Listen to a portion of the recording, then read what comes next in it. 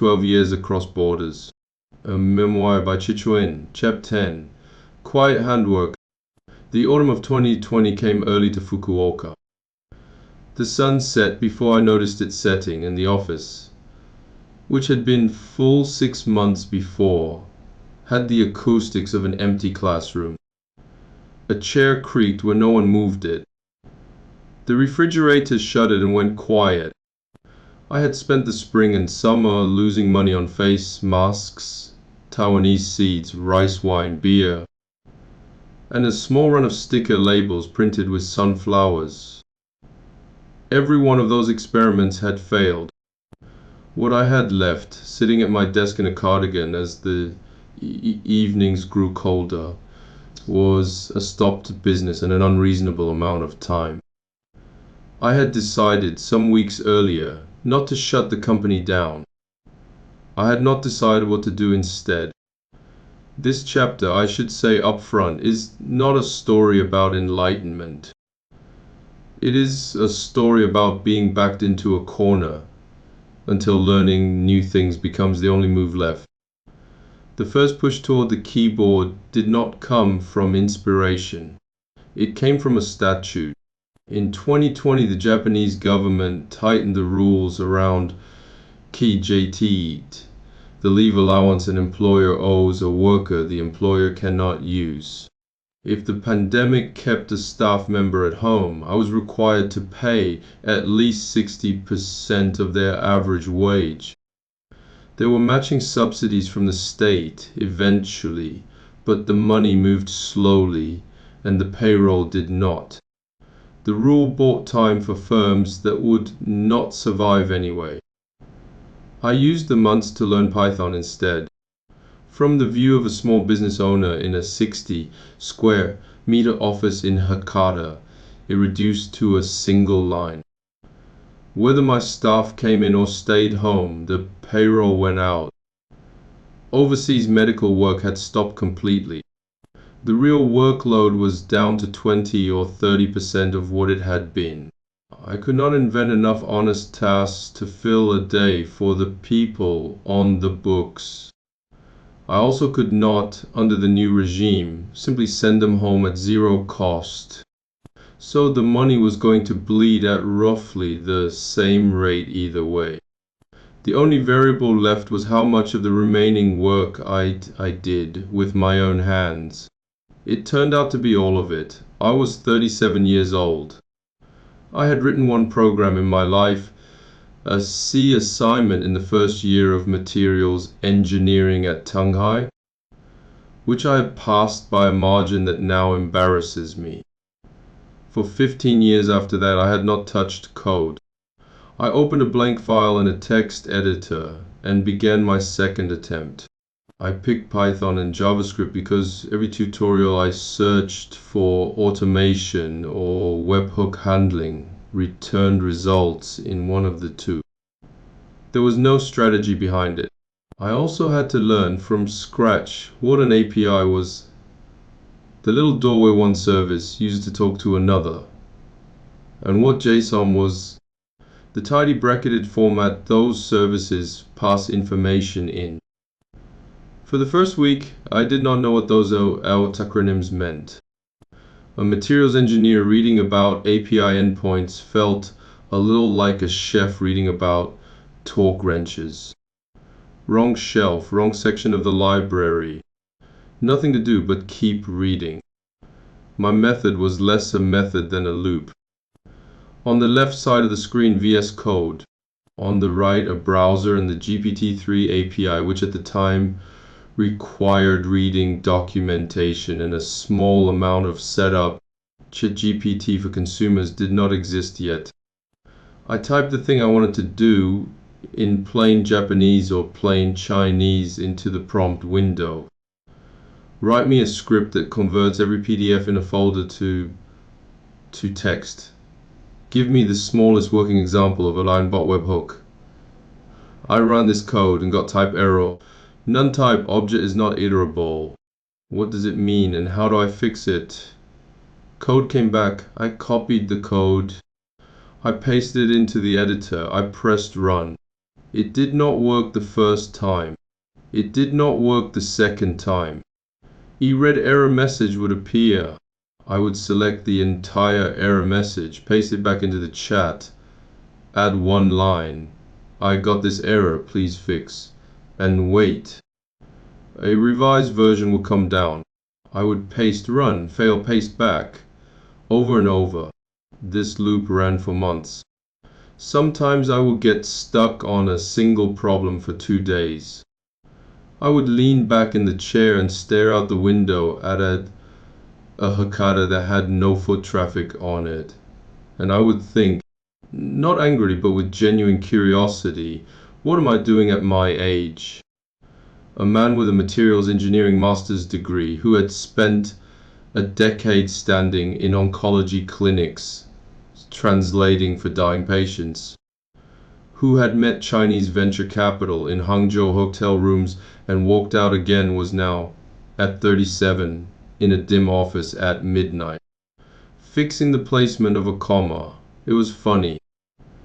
It was also, for a reason I did not immediately understand, not depressing. The reason was curiosity, plain and stubborn. Every small fix opened another door. What happens if I change this one line? What happens if I pipe this output into that function? It was the same itch that had kept me in a materials lab 15 years earlier, pointed at a different wall. I've forgotten I still had it. I want to be clear about the age because an earlier draft of the Chinese manuscript had me learning to code at 50. That was wrong. I was 37 when I started, 38 by the time I had anything to show for it. The picture is less dramatic than the one the earlier draft suggested. A man in his late 30s with the world on pause around him, finally sitting still long enough to learn something he should have learned earlier. I want to be honest about one of my earliest attempts because it is a good marker of where I began. My first messaging bot ran on Viber, the chat app that Taiwanese corporate customers tend to prefer over Len-E. I built it in an evening, proud of myself, and put it in front of a small test group. A patient's family typed a careful question about document requirements for a personal pharmaceutical import. The bot answered with the weather in Fukuoka. Cloudy, 14 degrees, chance of rain in the afternoon. I still have the screenshot somewhere. I look at it occasionally, the way you look at a photograph of yourself with a bad haircut at 22. That family did not come back.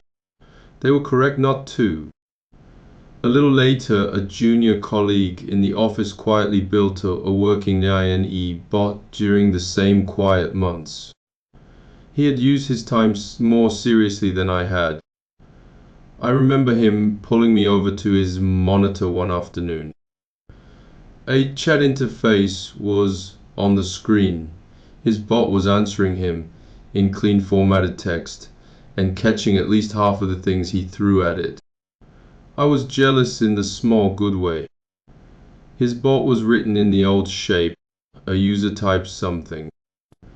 The bot checks whether the message contains any of a list of predefined keywords. If A is present, reply with text A. If B, then text B. Cascading if statements nested 3 and 4 deep, each branch carefully handwritten. It held together. For a while.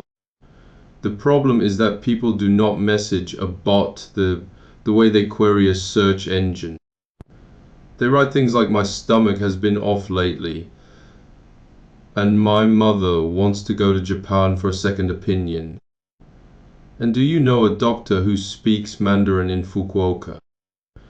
The bot's keyword tree cannot see these as variants of questions it already knows.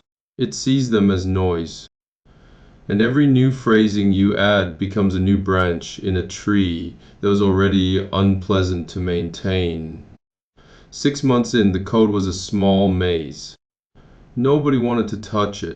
Then, in the last weeks of 22, Ch.10 arrived. I will never forget the first night I pasted a Japanese oncology report into it as a test. 3 minutes later, a clean Mandarin translation was on my screen. The terminology was not perfect, but it was close. Names were right, dates were right.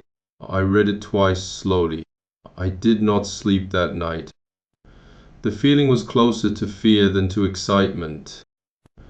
I understood in the cardigan hours of that night that a line had just been drawn across my industry. On one side, the people who would use this tool starting tomorrow morning. On the other side, everyone who would not. There was no third option, and by sunrise I knew which side I needed to be standing on. The next morning I redesigned the bot. Hand the user's raw message to the model. Give the model a short system prompt describing its role. You are a cross-border medical concierge. Receive the patient and family's message. Understand what they are asking and return a clear and appropriate response. Let the model do the interpreting. A few hundred lines of branching logic collapsed into a 20-line instruction sheet. The experience on the user's end changed more than the code. The old bot reacted to keywords. The new one responded to meaning. It was not that the new bot was right every time.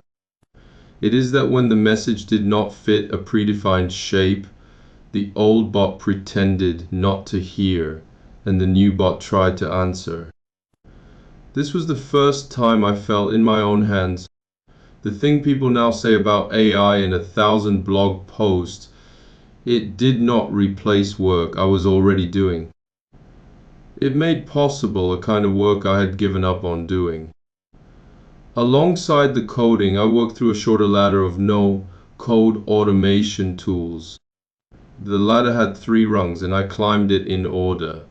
Zapier came first. It had the best known name and the friendliest interface.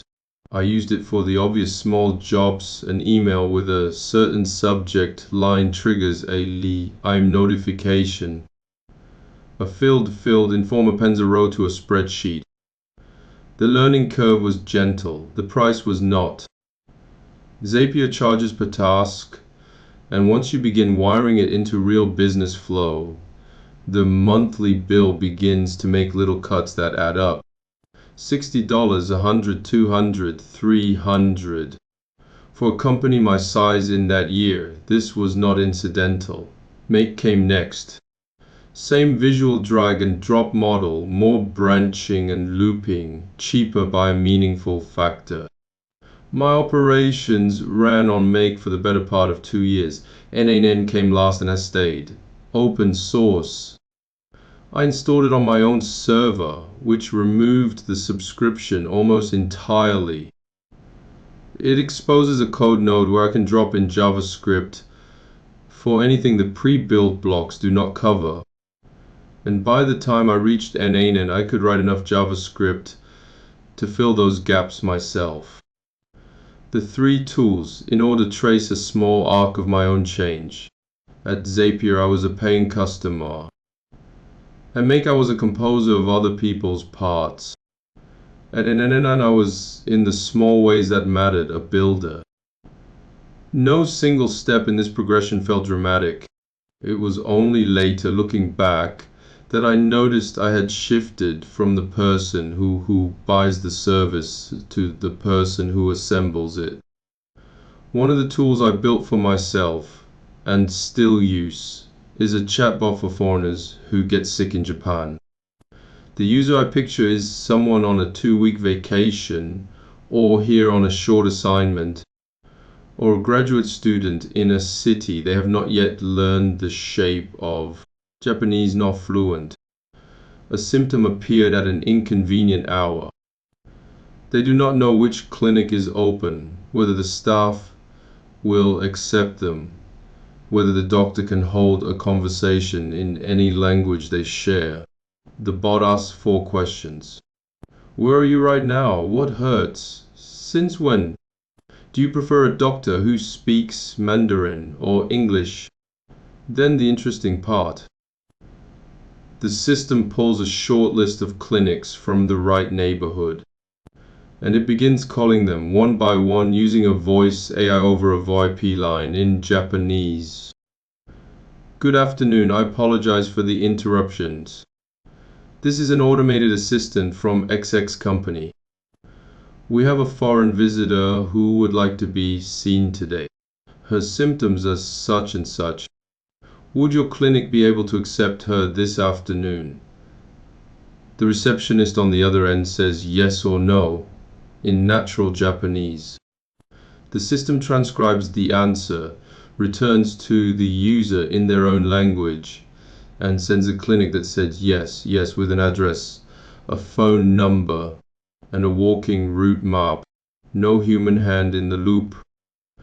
The first time this pipeline ran end to end, and a real user walked into a real clinic because of it, and messaged back later that evening to say thank you. I was sitting alone in the office looking at the logs. The feeling was not pride about revenue. Revenue was thin. It was a smaller feeling and a better one. The tool I had made had taken a stranger in a strange city and gotten her through a door. The tool I am fondest of is the one I built for the exam room. 3 APIs chained: speech recognition, machine translation, speech synthesis. The doctor speaks Japanese. The patient sees Mandarin subtitles on a tablet. The patient speaks Mandarin.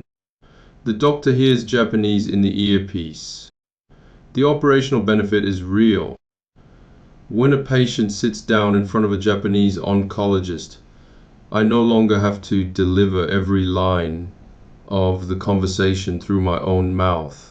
I can stop translating phrase by phrase, watch the patient's face instead, and pick the 1 or 2 moments in a 40-minute consultation where a human interpreter is actually necessary. Tone. A held silence. A question the patient is afraid to ask twice. But the significance of this tool for me is not operational. In 2014, I stood next to Mr. H in the outpatient department of Kurum University, and I carried the entire conversation alone, on my mouth and my memory for 2.5 hours. I could help one family at a time, and only if I was physically in the room. My capacity was shaped exactly like my body. The tool I built in 2023 extends that shape. The same 2.5 hours of mine can now hover near 10 patients instead of 1.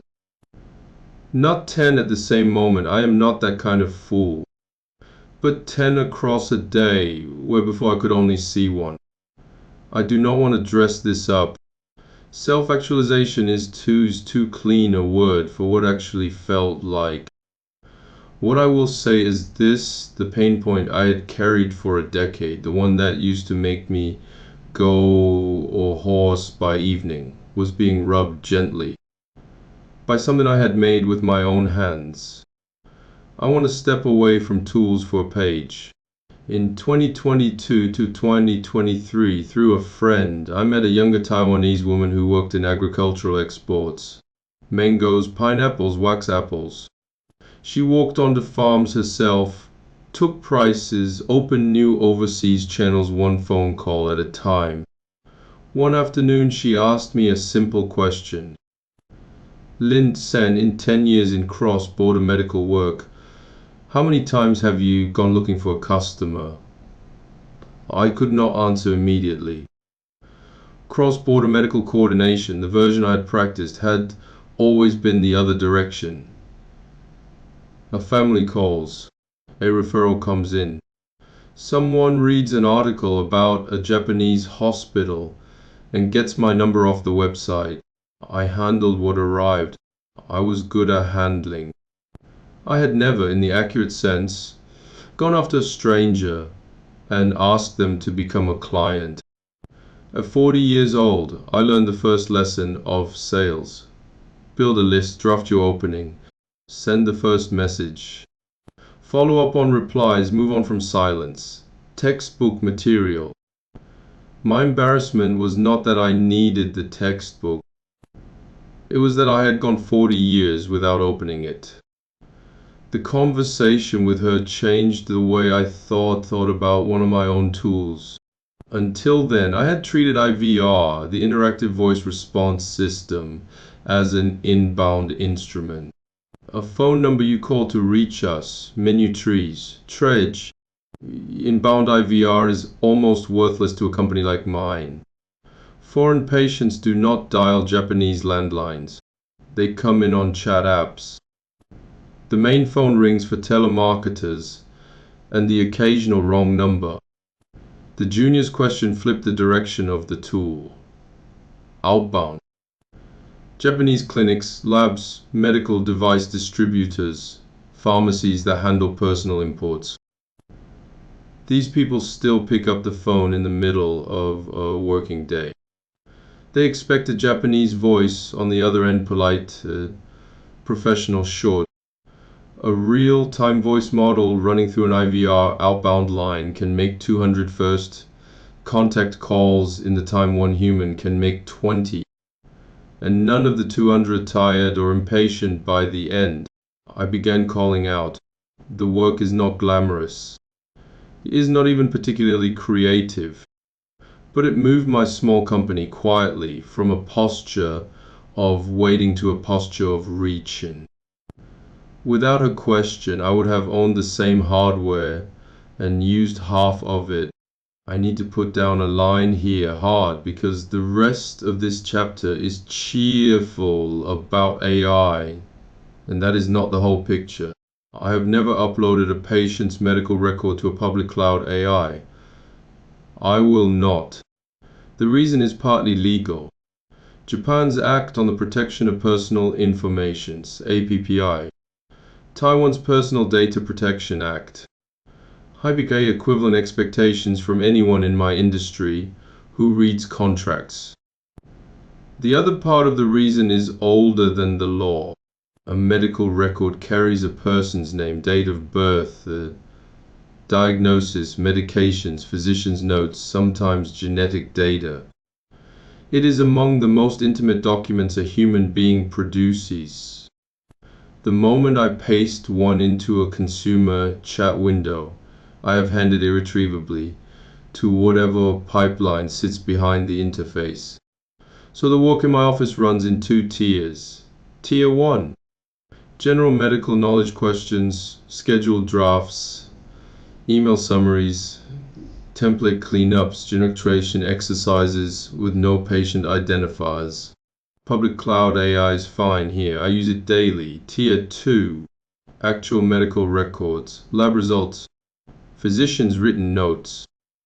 Anything with a patient's name, date of birth, or identifying combination. This never leaves the office. For Tier 2 work, I use local models, the kind that run entirely on my own hardware. Specifically, I run Olama on a reasonably strong desktop in the corner, load and open, weight model that fits in the memory I have, and feed documents into it without any network path out of the building. The first night I got this working properly, I will remember for a long time. It was 3 a.m. The desktop fan had been running loud enough that the neighbor's cat, I think, had moved to another part of the building. My eyes were burning. The model had crashed on load 3 times for memory reasons. I had drunk four paper cups of convenience store coffee, and my hands had that fine tremor you get from staring at a screen for 6 hours straight. Then the pipeline ran end to end. One full Japanese oncology report went in. A clean Mandarin draft came out. No buy had left the building. I leaned back so hard I nearly tipped the chair, and I sat there in the dark of the office in front of a humming PC and a cold coffee. And what I felt was not triumph, it was relief. Now I can keep doing this job without having to lie about where the data went. I stayed at the desk until the sky started graying over Hakata Bay. I could not sleep anyway. The translation that used to take me 2 days now takes 2 to 3 hours because the draft arrives in under an hour and I spend the rest of the time checking every name and date against the source. But the reason those 3 hours count is that the document never touches a cloud. If I were willing to paste records into Ch.10, I could probably have the 3 hours again. I am not willing. The moment I cross that line, I have surrendered the part of this job that lets me look patients in the face. People ask me for numbers, so here are the ones I can put down honestly. There is one more number, one that does not fit cleanly into the table. I started sleeping again. Before the pandemic, with medical record stacks on the desk until 2 a.m., I was chronically short on sleep. Now the machines do the first half of the overnight work, and I come in the next morning to proofread. That single change, getting my nights back, has mattered more to me, honestly, than any of the other metrics in the table. The business became more capable. The man running it got a life back. Both things are true, and I am not sure which one I would trade for the other. The response time number is the one that matters most to patients. 6 hours was the old standard on a good day. Under 30 minutes is the new one on a normal day. For a family who has just been told a diagnosis and who has not slept since the call from the hospital, 30 minutes versus 6 hours is the difference between one terrible afternoon and 2 terrible days. One more honest note which I owe the reader. You will sometimes see the number 28% attached to certain cancer therapies. It is a real number drawn from legitimate trials, and it means that roughly 1 patient in 5 shows a meaningful response. I translate that number honestly for every family I work with. What I will also say now, 12 years in, is that the number I carry in my own chest, the fraction of the patients I have personally walked through the system who are still with us, is lower than 20%. Closer to 10 in the kind of cases I tend to see. Some of that is selection. The families who reach me have usually exhausted other options. Some of it is just the arithmetic of advanced disease. AI does not know how to read the gap between the published 20% and the felt 10%. It translates the paper. It does not translate the silence after the doctor puts the paper down. That second translation still belongs to a human being sitting in the room. The office in Fukuoka has 3 people in it now, me and 2 others. Before the pandemic, there were 6 or 7 of us crammed into the same room, working past midnight on medical record stacks. The picture now is quieter and, by every metric that matters to the business, more capable. Inbound patient inquiries are higher than they were pre-pandemic. Monthly translation volume is higher. Complaint rate is lower. The 3 of us do not do this alone. We sit on top of an unreasonable number of tools and in workflows. The messaging bot, the outbound IVR, the local translation model, a dozen APIs that touch calendars, spreadsheets, email invoicing, voice. I want to say something unflattering about this arrangement, because the pretty version of it is everywhere on the internet already. The tools do not run themselves. The AI always returns an answer, clean, confident, formatted. Whether the answer is appropriate to the situation, legal in the jurisdiction, useful to the patient in front of us, is a judgment the machine does not make. It cannot.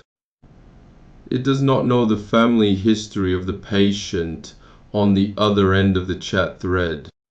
It does not know that the medication list a junior colleague typed has a typo in line 3. It does not know that the clinic I am about to recommend had a difficult interaction with a Taiwanese family last year and should be deprioritized for another month. The judgment sits with a human, specifically with one of 3 humans, and usually still with me. This is why the 3 of us have jobs and why we will for a while yet. The work a new graduate would do in their first 2 years, correspondence templates, basic scheduling, first past translations, has started to belong to the machines, and they are getting better at it every quarter. The work a coordinator with 3 or 5 years of practice does, the judgment about what tone to take at 10 p.m. on a Friday with a family that has gone quiet. The instinct about which of 2 equally qualified oncologists will be kinder to this particular patient. The knowing when to push back against a physician's first suggestion. That work has not moved. It may move eventually. I do not think it will move soon. For now, the honest rule in my office is this: entry-level work, the machines; senior judgment, the humans. The machines are very good and very fast. The humans are slow and expensive, and the only ones who can be held responsible at the end of a bad month. Let me describe one case, because it holds the shape of what I am actually trying to say in this chapter. A family contacted me after a lung cancer patient in a Japanese hospital was told, as gently as those things can be told, that there was no further treatment available. The physician also said quietly that the patient might not be able to make it back to Taiwan. AI can translate that conversation accurately. It cannot answer the question the family asked next, which was, is there any way to get her home? I turned the question into a project in my own head. I called it the Homecoming Project because naming it made it easier to break it into pieces. Piece 1. Find a medical transport company with a road into Taipei. Piece 2. Arrange a medically supervised seat on a commercial flight or a charter if necessary. Piece 3. Get the Japanese attending physician to sign the fit. Fly documents with appropriate risk language. Piece 4. Loop in the home, care team in Taiwan, and make sure the house was ready. Piece 5.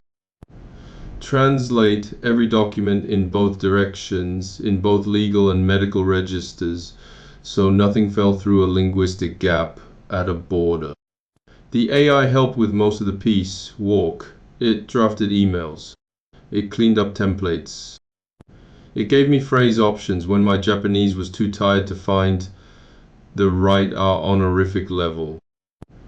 It summarized carrier policies I did not have time to read in full. It was honestly a very good junior associate. What the AI did not do was decide which company to call first, and what tone to use on that first call, and when to push, and when to wait. Those decisions came from 10 years of making phone calls in the same industry, failing on some of them. Learning which voice a Japanese clinic administrator responds to at 9:15 a.m. on a Monday as opposed to 4:40 p.m. on a Friday. That kind of knowledge does not live in a training corpus. It lives in a person who has been embarrassed on the phone enough times to know what not to do again. She made it home. She finished her time in her own bed, with her family's voices in the room. The engineering part of this job and the coordinator part of this job stopped being 2 separate people on the day the Homecoming Project ended. They were both me, and the tools had finally gotten strong enough that both of me could fit in one working week. Nothing in the autumn of 2020, in front of that blank Python tutorial, had hinted to me that such a week was coming. One more night to describe, and then I will stop. My phone rang at just before 2 a.m. The name on the screen was a family member of a patient scheduled for a major operation later that same morning. Lin Sen, I'm sorry to be calling so late. It's fine. What's going on? Can't sleep.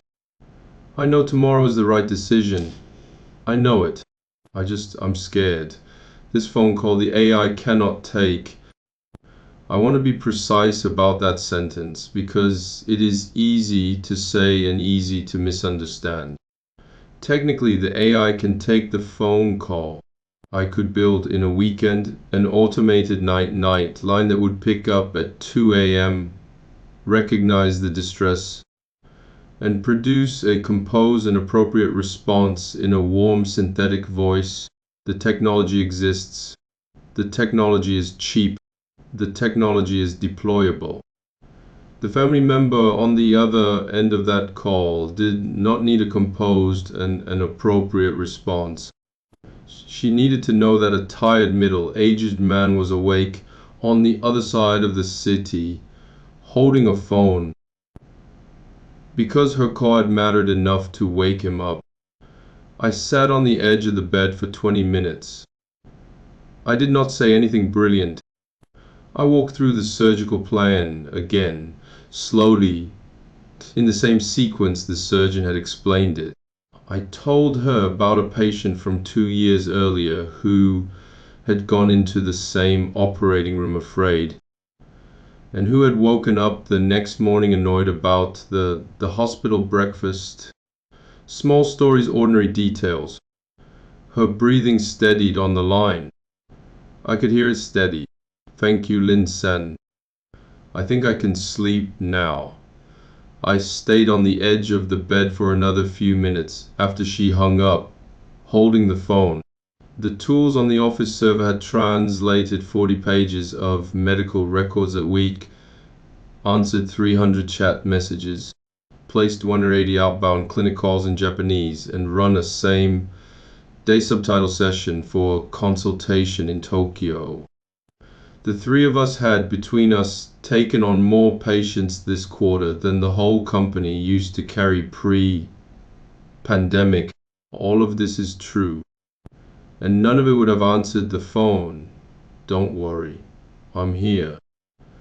That is the sentence I said at some point during the 20 minutes, though I cannot tell you exactly when.